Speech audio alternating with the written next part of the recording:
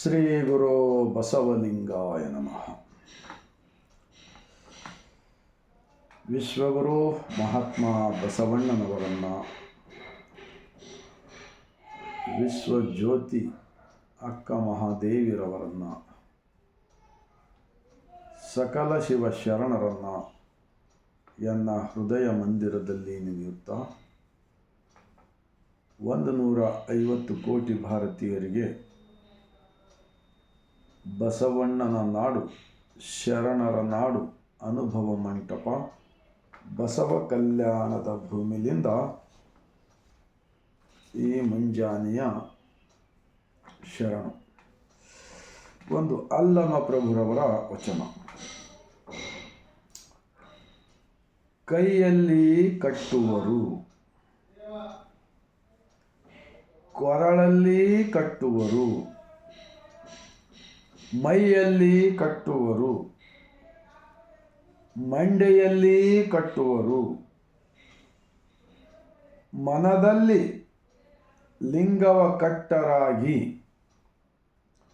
ಆದ್ಯರು ಹೋದರೆಂದು ವಾಯಕ್ಕೆ ಸಾವರು. ಸಾವುದು विचारवे गुहेश्वर.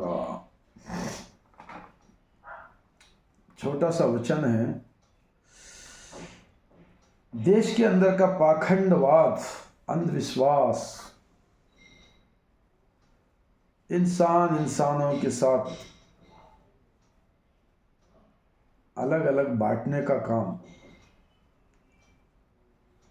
हजारों सालों से करता है इन मनुवादियों ने. तो अल्लामा प्रभु जी क्या कहते हैं?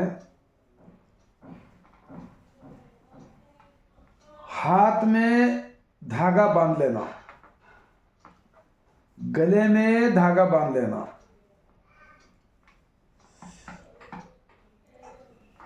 कंबर में धागा बांध लेना,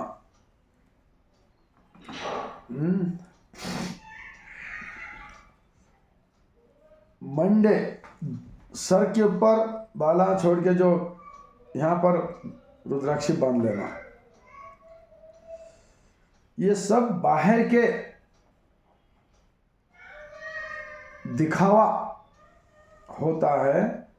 लेकिन इन लोगों ने अंदर का आत्मा से जुड़कर ये लोग कभी भी सबको एक सृष्टि का मालिक का ज्ञान ये लोग नहीं दिया है. ऐसा मालूम होता है अल्लामा प्रभु जी का वचन से. ಇವತ್ತ ನಾವು ಅರ್ಥ ಮಾಡಿಕೊಳ್ಳಬೇಕು ವಚನಗಳು. ಅಲ್ಲಮ ಪ್ರಭುರವರು ಉದ್ದೇಶ ಏನಪ್ಪ ಅಂದರೆ ಈ ವಚನದಲ್ಲಿ ಹೊರಗಡೆ ಭಯಭಕ್ತಿಲಿಂದ ಕಟ್ಟಿಕೊಳ್ತಕ್ಕಂಥ ಏನೇನೋ ಕಟ್ಟಿಕೊಳ್ತಾರಲ್ಲ, ಇವೆಲ್ಲವುದಕ್ಕಿಂತ ಮುಖ್ಯವಾಗಿರ್ತಕ್ಕಂಥದ್ದು ಏನಪ್ಪ ಅಂದರೆ ಮನದಲ್ಲಿ ಲಿಂಗವ ಕಟ್ಟರಾಗಿ. ಮನದಲ್ಲಿ ಲಿಂಗವ ಕಟ್ಟರಾಗಿ ಅಂದ್ರೆ ಏನು ಯಾವುದೋ ಒಂದು ವಸ್ತು ತೊಗೊಂಡು ಕಟ್ಟಿಕೊಳ್ಳೋದಲ್ಲ. ನಮ್ಮ ಒಳಗಡೆನೇ ಸೃಷ್ಟಿಕರ್ತ ಇದ್ದಾನೆ.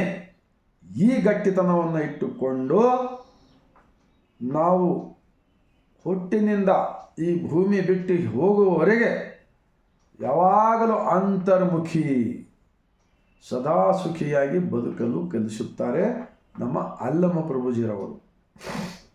ಈಗ ನಮ್ಮ ಅಕ್ಕ ತಂಗಿಯರನ್ನೇ ನಾವು ರಕ್ಷಣೆ ಮಾಡುತ್ತೇವೆ ಅಂಥೇಳಿ ಕೈಯಲ್ಲಿ ದಾರ ಕಟ್ಕೊಂಡು ಅವ್ರಿಗೆ ದುಡ್ಡು ಕೊಡ್ತಕ್ಕಂಥ. ಮತ್ತು ಈ ಹಬ್ಬದ ನಂತರ ಇನ್ನೊಂದು ಹಬ್ಬ ಬರುತ್ತದೆ. ಒಂದರ ಬೆನ್ನಿಗೆ ಒಂದು ಹಬ್ಬಗಳು. ಇವೆಲ್ಲ ಹಬ್ಬಗಳು ಏನು ಅಂದರೆ ಧ್ಯಾನ ಭಟ್ಕಾವ್, ಮನಸ್ಸನ್ನು ಹೊರಗಡೆ ಅಜ್ಞಾನದ ಆಚರಣೆಯಲ್ಲೇ ಈ ಜನಗಳು ಮುಳುಗಿ ಸಾಯಬೇಕು.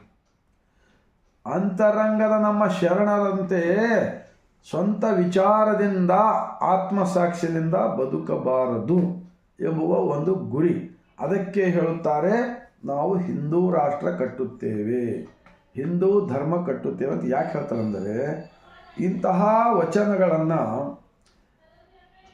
ನಾನು ಚಂದ್ರಪ್ಪ, ಭೀಮಣ್ಣ, ಗುಂಗೆ ಬೇಲೂರು ಈಗ ನಮ್ಮಂಥ ಥರದ ಎಲ್ಲ ಜನಗಳು ತಿಳ್ಕೊಂಡು ಬಿಟ್ಟರೆ ಇವೆಲ್ಲ ಮೂಢ ರೂಢಿಗಳು, ಮೌಢ್ಯಗಳು, ಇಂಥ ಸುಳ್ಳು ಗೊಳ್ಳು ಕೊಳ್ಳು ಹೊಳ್ಳು ವಿಚಾರಗಳು ಆಟೋಮೆಟಿಕ್ ಕಸದ ಡಬ್ಬಿಗೆ ಹೋಗಲಿವೆ.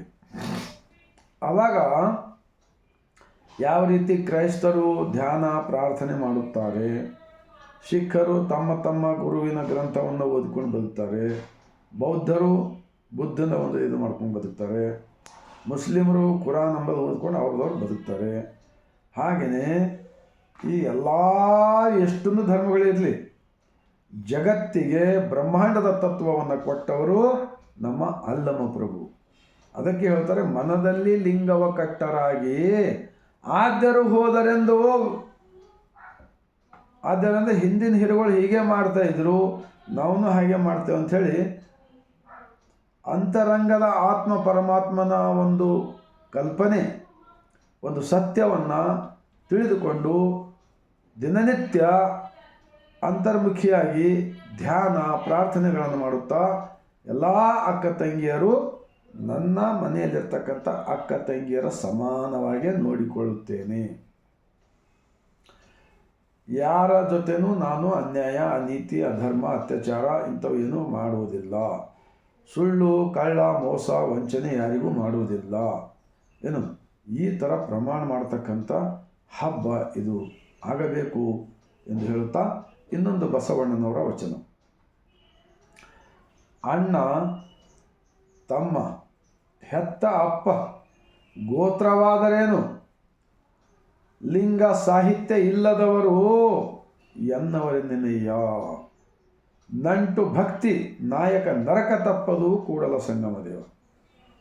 ಯಾರ್ದೋ ಒಂದು ಶರ್ಮಿಂದ ಆಗಿ ಅವ ಏನೇ ಆಚರಣೆ ಮಾಡಿ, ಅವ ಎಷ್ಟೇ ಸಮಾಜಕ್ಕೆ ಕಂಟಕಿರಲಿ, ಅವನು ಬೆನ್ನು ಹತ್ತಿ ಹೋಗೋದ್ರ ಬದಲಾಗಿ ಯಾರು ದಿನನಿತ್ಯ ಲಿಂಗ ಸಾಹಿತ್ಯ ಎಂದರೆ ಬ್ರಹ್ಮಾಂಡದಿಂದ ನಾವು ನಮ್ಮೊಳಗೆ ಬ್ರಹ್ಮಾಂಡ, ಈ ಮಳೆ ಬೆಳೆ ಗಾಳಿ ಬೆಳಕು ಎಲ್ಲರನ್ನ ಕೊಟ್ಟು ಸಲ್ಲತಕ್ಕಂಥ ಜಗದೀಶನಿಗೆ ತಂದೆ ಇಲ್ಲ, ತಾಯಿ ಇಲ್ಲ. ಅಂತಹ ದೇವರನ್ನು ನಮ್ಮ ಒಳಗೆ ಇದ್ದಾನೆ. ಆ ಕಾರಣಕ್ಕಾಗಿಯೇ ನಾವು ಈ ಪಂಚ ಇಂದ್ರಿಯಗಳ ಮುಖಾಂತರ ಜಗತ್ಯವನ್ನು ಕಾಣುತ್ತಿದ್ದೇವೆ, ನೋಡುತ್ತಿದ್ದೇವೆ, ಕೇಳುತ್ತಿದ್ದೇವೆ, ನಡೆದಾಡುತ್ತಿದ್ದೇವೆ. ಈ ವಿಚಾರವನ್ನು ಅಂತರಂಗದ ದೇವನನ್ನು ಅರಿತುಕೊಳ್ಳಲಾರದೆ ಈ ಭೂಮಿಯ ಮೇಲಿಂದ ಎಲ್ಲವನ್ನು ಪಡೆದು ಸೃಷ್ಟಿಕರ್ತನನ್ನು ಪಡೆದು ಏನು ಅಂತರಂಗದ ದೇವನನ್ನು ಅರಿಯದೆ ಬದುಕ್ತಾರಲ್ಲ, ಅಂಥವರಿಗೆ ಶರಣರು ಹೇಳುತ್ತಾರೆ ನಡೆದಾಡುವ ಹೆಣಗಳು, ಜೀವಂತ ಹೆಣಗಳು ಅಂತ ಹೇಳ್ತಾರೆ. ಆ ಕಾರಣಕ್ಕಾಗಿ ಅಣ್ಣ ಇರಲಿ, ತಮ್ಮ ಇರಲಿ, ಹಡದಿ ತಂದೆ ತಾಯಿನೂ ಇರಲಿ, ಯಾರು ಒಬ್ಬ ದೇವನನ್ನು ಜೀವಗಳಲ್ಲಿ ಶಿವನನ್ನು ನಾವು ಅರಿತುಕೊಂಡು ಆಚರಣೆಯಲ್ಲಿ ತರದೆ ಹೋದರೆ ಅವರು ಯಾರೂ ನಮ್ಮವರಲ್ಲ ಎಂದು ಬಸವಣ್ಣನವರು ಕೂಡ ಹೇಳಿದ್ದಾರೆ. ಆ ಕಾರಣಕ್ಕಾಗಿ ಇಂತಹ ಅನೇಕ ವಚನಗಳು ಈ ದೇಶದಲ್ಲಿ ಅಜ್ಞಾನದ ಆಚರಣೆಗಳನ್ನು ತೆಗೆದುಹಾಕಿ ಯಾವುದೇ ಹಬ್ಬ ಬರಲಿ ಆ ಹಬ್ಬ ಶರಣರ ತತ್ವದ ಮೂಲಕ, ವಚನಗಳ ಮೂಲಕ, ಚಿಂತನೆಗಳನ್ನು ಮಾಡೋದ್ರ ಮೂಲಕ ಧ್ಯಾನ, ಪ್ರಾರ್ಥನೆ, ಧನ್ಯವಾದಗಳನ್ನು ಹೇಳಿ ಬದುಕುವುದೇ ಈ ರಕ್ಷಾ ಬಂಧನ ಹಬ್ಬವಾಗಲಿ. ಆದ್ದರಿಂದ ನಾನು ಹೇಳುವುದೆಂದರೆ, ನಾನು ಲಿಂಗ ಆಯತ, ನನ್ನ ಧರ್ಮಗುರು ಜಗಜ್ಯೋತಿ ವಿಶ್ವಗುರು ಮಹಾತ್ಮ ಬಸವಣ್ಣನವರು ಎಂದು ಹೇಳಲು ನಾವು ಹೆಮ್ಮೆ ಪಡುತ್ತೇವೆ ಎಂದು ಹೇಳ್ತಾ ತಮ್ಮೆಲ್ಲರಿಗೂ ಕೊನೆಯದಾಗಿ ಮತ್ತೊಮ್ಮೆ ಬಸವಣ್ಣನ ನಾಡಿನಿಂದ ಬಾಗಿದ ತಲೆ ಮುಗಿದ ಕೈಯಿಂದ ಶರಣ.